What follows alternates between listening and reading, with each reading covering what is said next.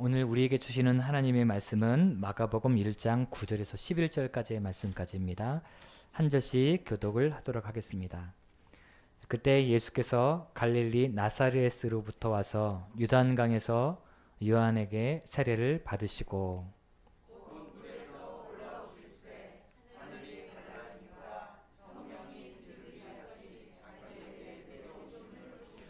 함께 읽겠습니다. 하늘로부터 소리가 나기를 너는 내 사랑하는 아들이라 내가 너를 기뻐하노라 하시니라. 아멘. 기도하겠습니다. 오늘은 주와 함께 행복한 동행 12번째 시간이고요. 우리 한번 제목 한번 읽어보시겠습니다. 시작. 아멘. 주님의 세례, 나를 위한 세례라는 제목으로 말씀을 나누도록 하겠습니다. 아이들을 키우면서요, 참 재미있는 일들을 많이 겪게 됩니다. 저희 가정에 아이들이 있는데요. 그 중에서 제가 참 부러운 아이가 하나가 있어요. 그 아이는 세상에 참 관심이 별로 없습니다.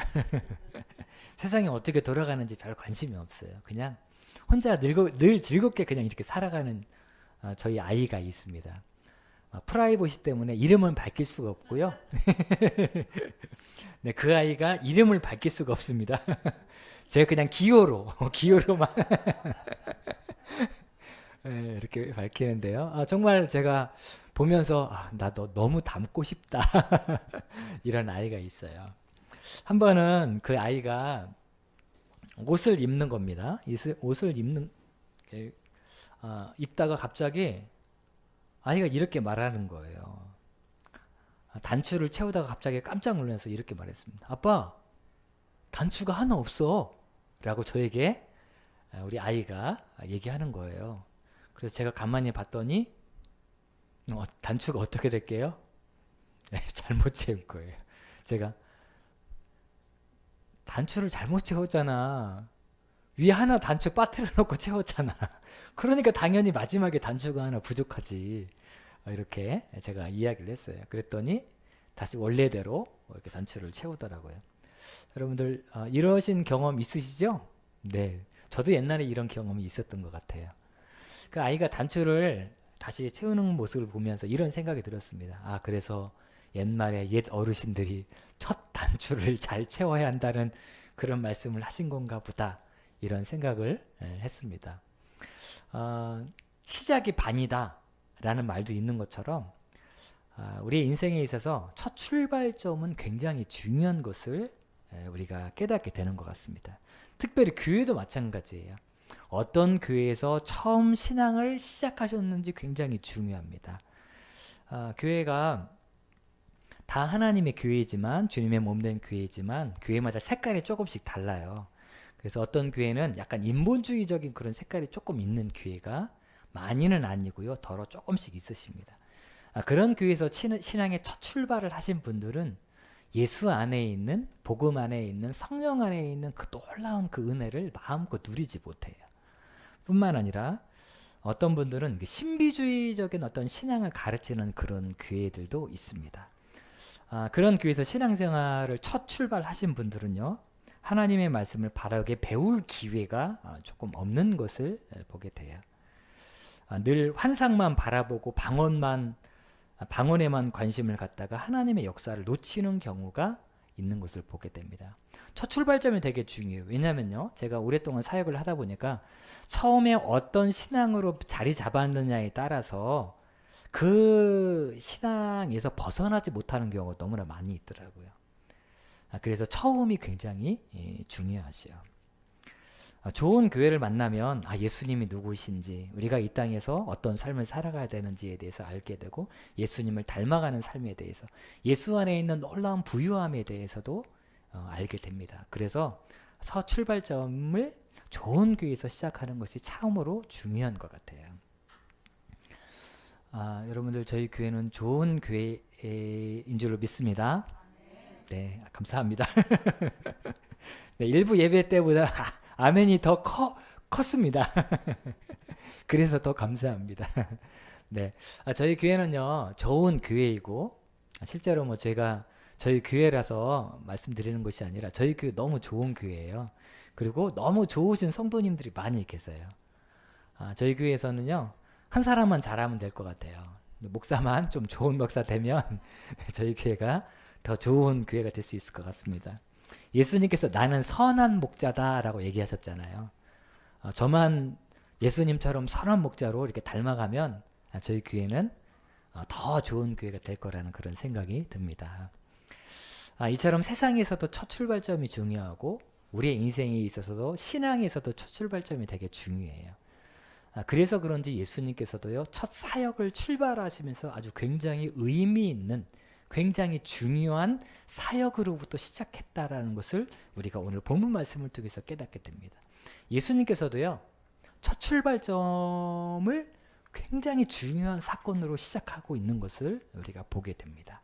오늘 9절의 말씀인데요, 한번 자막을 보시면서 한번 읽어보시겠습니다. 자, 시작. 그때에 예수께서 갈릴리 나사렛으로부터 와서 요단강에서 요한에게 세례를 받으시고. 아멘. 자, 예수님께서 어떻게 하셨다라고 말씀하고 있죠?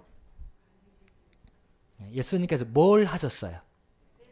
세례를 받으셨어요. 세례를 주신 것이 아니라 세례를 받으시는 것으로 예수님의 사역을 시작했다라고 말씀을 하고 있다라는 것입니다. 그런데 여러분들, 우리가 이 말씀을 여러분들 많이 읽어보셨죠? 성경을 읽으실 때에 예수님 세례 요한에게 세례 받으셨구나, 이렇게만 이해하시고 넘어가는 경우가 있어요. 그리고 때로는 예수님은 역시 겸손하신 분이시구나, 세례 요한에게 겸손해서 세례를 받으셨구나로만 이해하시고 넘어가시는 분들이 계십니다. 하지만 여기에서 말씀하고 있는 이 말씀은요, 바로 그것을 얘기하시는 것이 아니에요. 더 중요한, 아주 굉장히 중요한, 우리가 잊지 말아야 될 놀라운 그런 핵심적인 그 메시지를 우리에게 전해주시고 계시다라는 것입니다. 우리가 예수님의 세례가 어떤 의미가 있는지를 알기 위해서는요, 세례가 어떤 의미가 있는지에 대해서 먼저 우리가 살펴볼 필요가 있어요. 마가복음 1장 4절 말씀을 보면 세례에 대해서 이렇게 설명을 하고 있습니다. 자, 읽어보시겠습니다. 시작. 세례 요한이 광야에 이르러 죄 사함을 받게 하는 회개의 세례를 전파하니. 아멘. 그때 당시에 세례 요한이 세례를 줬어요. 많은 사람들이, 유다에서, 예루살렘에서 많은 사람들이 와서 세례 요한에게 세례를 받았다라고 돼 있어요. 그런데 요한이 준 세례는 어떤 세례예요? 여기 보니까 죄 사함을 받는 회개의 세례였다라는 거예요. 그러니까 세례 요한의 세례는 뭐냐면요, 죄 있는 자가 자신에게 와서 세례를 받고 죄의 사함을 받는 그런 세례였다라는 것입니다. 그런데 말이죠, 문제는 뭐냐면 예수님께서는 죄가 있으세요, 없으세요? 없으셨다라는 것이죠. 세례 요한의 세례는 죄 있는 자가 죄를 사함받기 위해서 세례를 받는 것이었어요. 그런데 예수님은 죄가 없으시잖아요. 그런데 죄 없으신 예수님께서 세례를 받으셨다라는 것입니다. 여기에는 굉장히 중요한 의미가 담겨져 있는 거예요. 우리가 보통 세례에는 어떤 의미가 있냐면요, 세례 원래는 침례였죠. 물속에 들어간다는 것은 무엇을 뜻하는 것이라고 말씀드렸죠? 내가 죽는 거예요. 그리고 올라온다는 건 내가 산다는 뜻이 있습니다. 그래서 어떤 성도님들은 이렇게 재미있게 얘기하시는 분들이 계세요. 목사님, 전 세상에서 좀 착하게 살았어요. 그러니까 물속에서 잠깐만 담갔다 올려주세요 하시는 분도 계시고요. 어떤 분들은 목사님, 제가 노세 젊어서 노세라는 노래가 있는 것처럼 세상에서 많이 놀았습니다. 그러니까 저를 좀 푹 좀 담궈주세요. 이렇게 말씀하시는 분들도 계세요. 중요한 거는요, 세례에는 내가 죽고 내가 산다라는 의미가 담겨져 있다라는 것입니다. 세례는요, 죄인이 그 죄를 씻기 위해서 받는 것인데 예수님은 죄가 없으신 분이심에도 불구하고 그 세례를 받으셨다라는 거예요. 예수님께서 자신에게 세례를 받으러 오시는 그 모습을 보면서 세례 요한이 굉장히 당황하게 됩니다. 마태복음 3장 말씀을 한번 보시면서 3장 13절에서 15절까지의 말씀까지 한 절씩 교독을 해보겠습니다. 이때에 예수께서 갈릴리로부터 요단강에 이르러 요한에게 세례를 받으려 하시니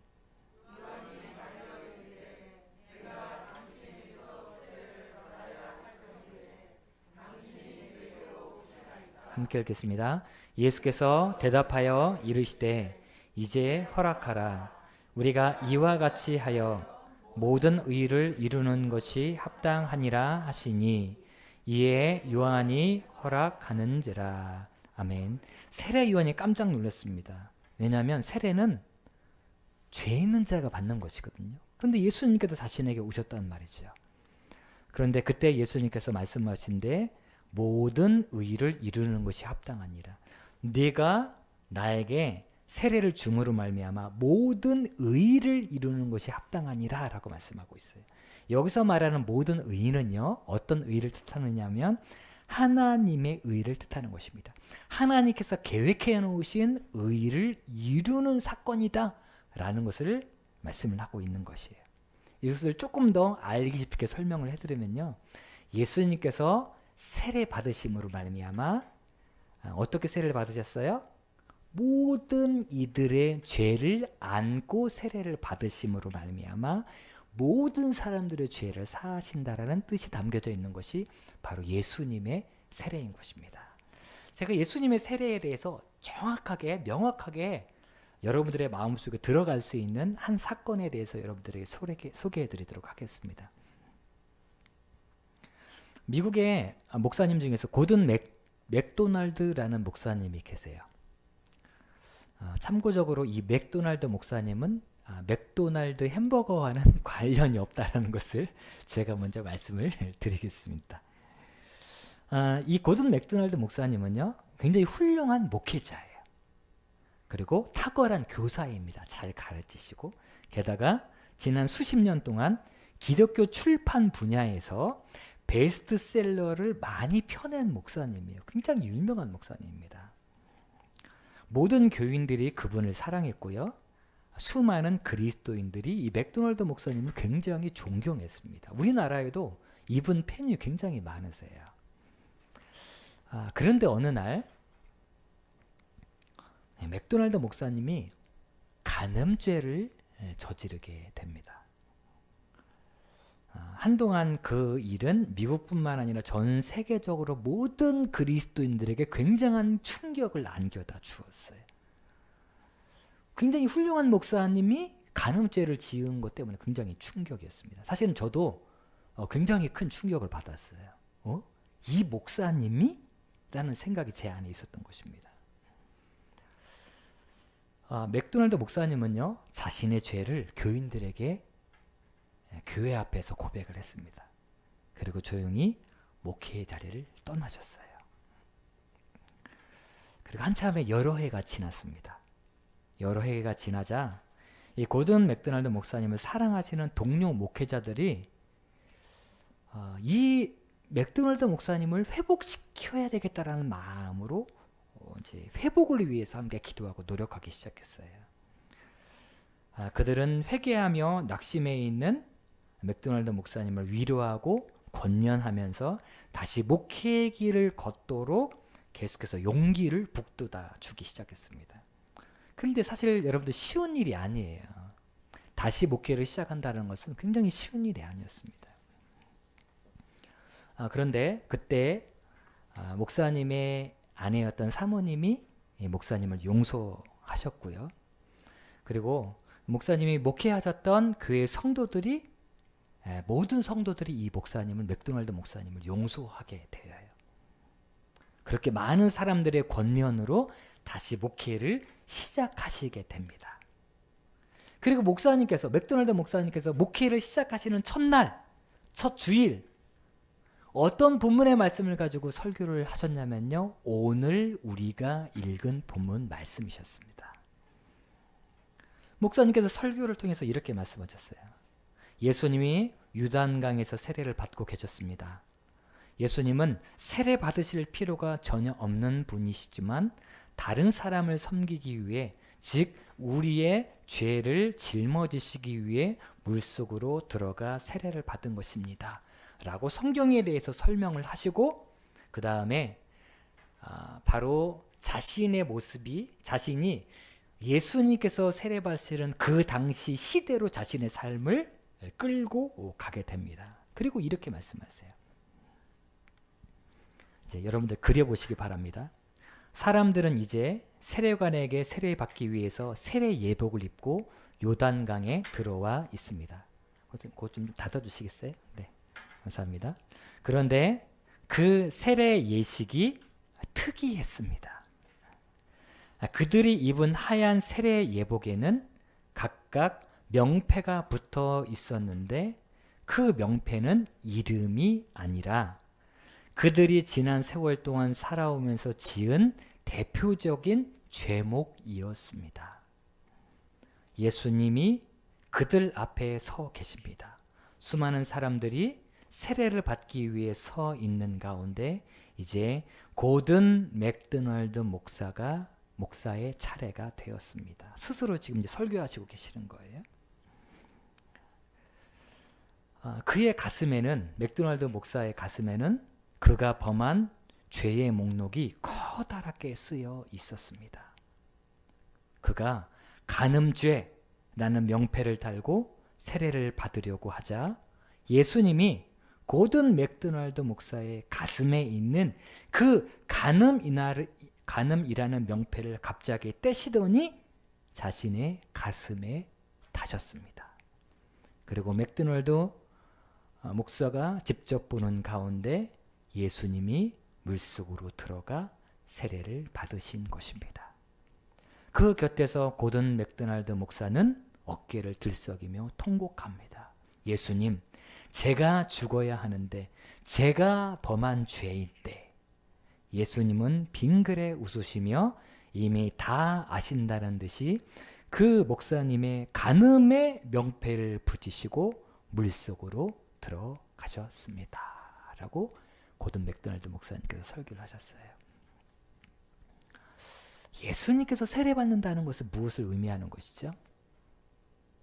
우리의 죄를 짊어지시고, 죄 없으신 분이세요. 세례 받지 않으셔도 돼요.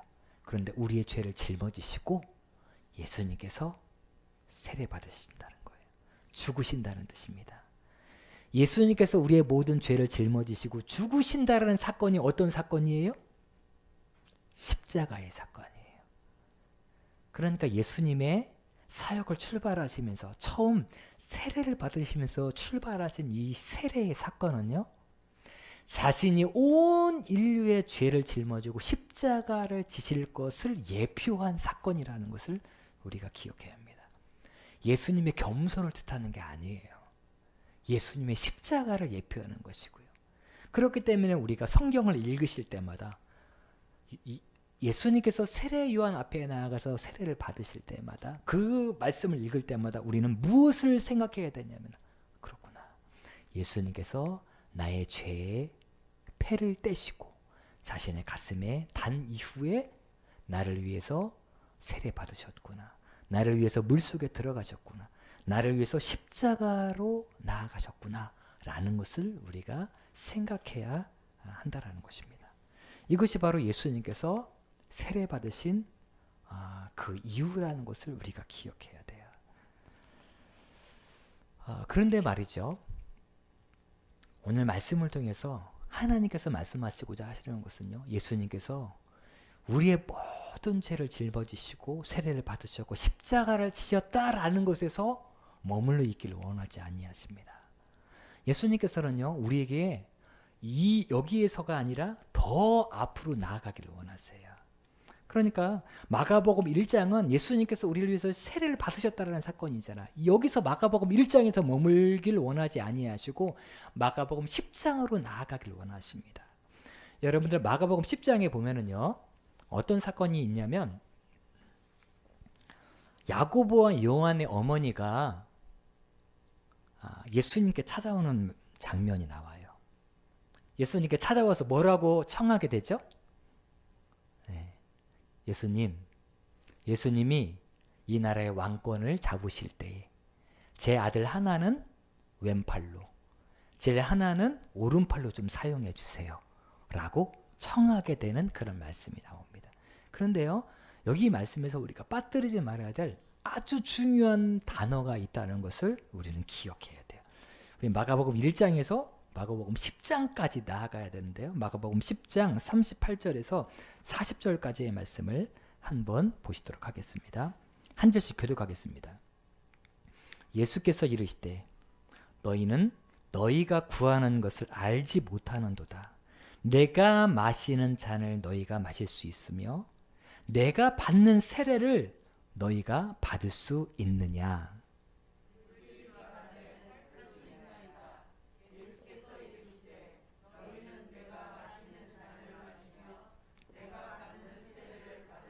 함께 읽겠습니다.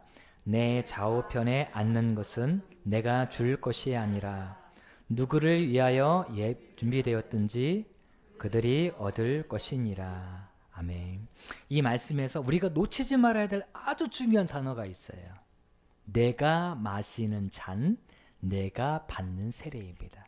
38절, 내가 마시는 잔을 너희가 마실 수 있으며 내가 받는 세례를 너희가 받을 수 있느냐라고 말씀하세요. 이 내가 마시는 잔과 내가 받는 세례는 똑같은 것입니다. 무엇이죠? 무엇을 상징하는 거예요? 십자가를 상징하는 거예요. 내가 받는 세례는 십자가예요. 그리고 내가 마시는 잔도 고난의 십자가를 상징하는 것입니다. 너희가 그렇게 할 수 있느냐? 라고 얘기했을 때 그들이 말하되 할 수 있나이다 라고 얘기해요. 무슨 뜻인지 모르고 제자들이 말했던 거죠. 그런데 예수님의 대답이 굉장히 중요합니다. 예수께서 이르시되 너희는 내가 마시는 잔을 마시며 내가 받는 세례를 받으려니와 라고 되어 있어요.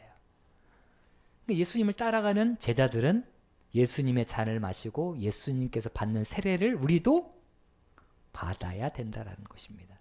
이것은 무엇을 뜻하는 것이냐면요, 예수님께서 십자가를 지셨던 것처럼 우리도 우리에게 있는 십자가를 지고 주님을 따라가야 된다라는 것을 말씀하고 있다라는 것입니다.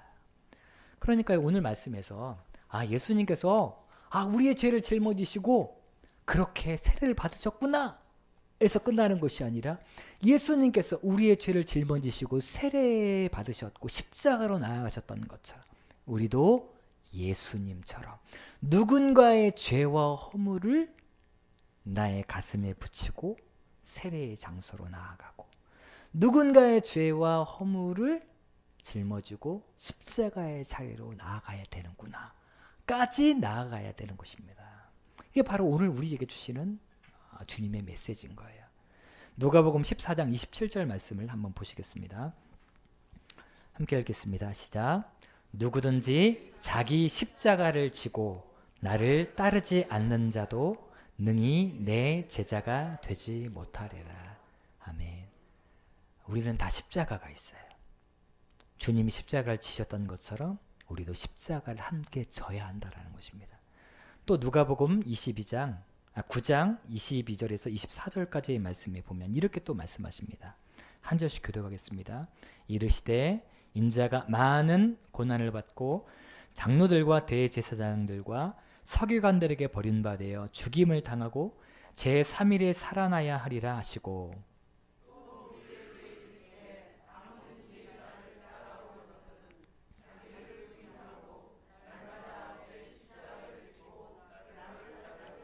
함께 읽겠습니다. 누구든지 제 목숨을 구원하고자 하면 잃을 것이요 누구든지 나를 위하여 제 목숨을 잃으면 구원하리라. 아멘. 23절에 아무든지 나를 따라오려거든 자기를 부인하고 어떻게 해요?